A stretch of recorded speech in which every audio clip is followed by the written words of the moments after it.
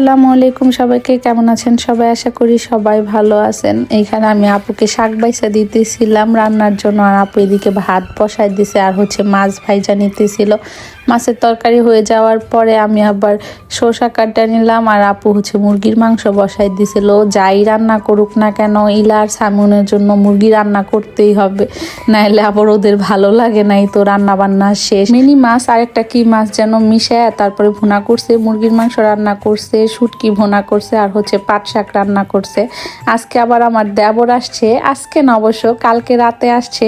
তো ভাইয়ার সাথে কথা হয় নাই, অনেক রাতে আসছিল, এর জন্য আর কল করি না। আমার দেবর অল্প দিনে ছুটিতে আসছে, মাত্র 15 দিন থাকবো। তো সামিউন আবার এখন ওর চাচুরে দেখে মনটা একটু খারাপ করতেছে, বলতেছে দেশে থাকলে এখন ভালো হইতো। ইলাই দিকে মার্কেটে গেছিল, মার্কেট থেকে আসছে। আসসালামু আলাইকুম খালামুনিরা, আমি বাবার সাথে শপিং মলে গেছি, তারপর সামুন আপুর জন্য আমি গিফট আনছি। সামুন আপুর বার্থডেতে আমার বাবা গিফট করছে, আমি তো করি নেই, তার জন্য আমি নিয়ে আসছি। খালামুনিরা আমার গিফটটা তোমরা লাইক করছো, সামুন আপু তো অনেক লাইক করছে। খালামুনিরা আমার গিফটটা কেমন হয়েছে তোমরা কিন্তু আমার খালামুনিকে বলবা। আর আসার সময় আমার বাবা অনেকগুলো কেপসি নিয়ে আসছে। আমার আম্মু বলতেছে এতগুলা খাবার মানেছে, কেপসি কে খাবে? আমার খালামুনি বলতেছে কি আচ্ছা কোনো সমস্যা না, আমরা সবাই মিলে কেপসি খেয়ে ফেলবো, তাহলে বিকালের নাস্তা করা লাগবে না। খাওয়া দাওয়া কমপ্লিট করার পরে হুজুর আসছিল, আমার টিচার আসছিল, তারপর আমরা শপিং মলে যাচ্ছিলাম। বাবা বলছিল আমাদের দুই সিস্টারকে সেম ড্রেস কিনে দিবে। এখন তোমরাই বলো কি একটা যন্ত্রণা, সেম ড্রেস তো ম্যাচিংই হয় না, কারণ সাইজে মিলে। এই যে দেখো আমরা এখন শপিং মলে চলে আসছি, দেখো তো শপিং মলটা কত বেশি বড়, আর জামা কাপড় অনেক সুন্দর না? পিঙ্ক ড্রেসটা আমার খালামুনি পছন্দ হয়েছে, কিন্তু এটা তো সাইজই হচ্ছে না। ইদানিং এত বেশি কমেন্ট আর মেসেজ আসে ইলাকে দিয়ে ভয়েস দেওয়ানোর জন্য। আমি যখন কয়দিন পর চলে যাব তখন আপুরা কি করবেন? তখন তো ইলাকে অনেক বেশি মিস করবেন। অনেক আপুরা আবার সামিউনকে দিয়েও ভয়েস দেওয়াইতে বলছেন, তবে ও কথাই বলতে চায় না, অনেক রিকোয়েস্ট করার পরও বলতে চায় না। আর ইলাকে রিকোয়েস্ট করতে হয় না, বললেই হয়।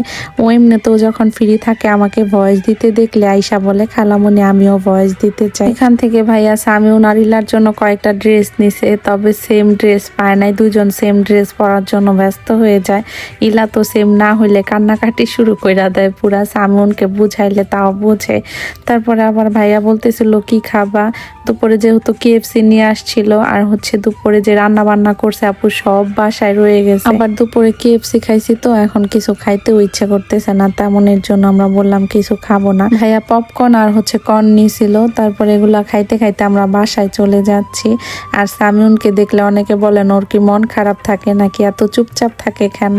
আসলে আমি তো প্রতিটা ভিডিওতেই বলি যে ও চুপচাপ এমনিতেই থাকে, বাড়িতেও কিন্তু এরকমই থাকে। ওরা দুই বোন মিলে অনেক খেলে মজা করে, তবে ইলা বেশি টাইম পায় না। ওর টিচার আসে দুইটা, তারপরে আবার হুজুর আসে। হুজুরের কাছে অবশ্য সামিউনও পড়ে ইলার সাথে, আর যখন ইলা টিচারদের কাছে পড়ায় ওকে তখন আমি পড়াইতে বসাই। আবার স্কুলে যায়, তো বেশিরভাগ সময় একাই থাকতে হয়, তখন একটু ওর মন খারাপ হয়, এতটুকুই আর কিছুই না। তো আজ এ পর্যন্তই, কথা হবে অন্য কোনো ভিডিওতে। সবাই ভালো থাকবেন, আল্লাহ হাফেজ, আসসালামু আলাইকুম।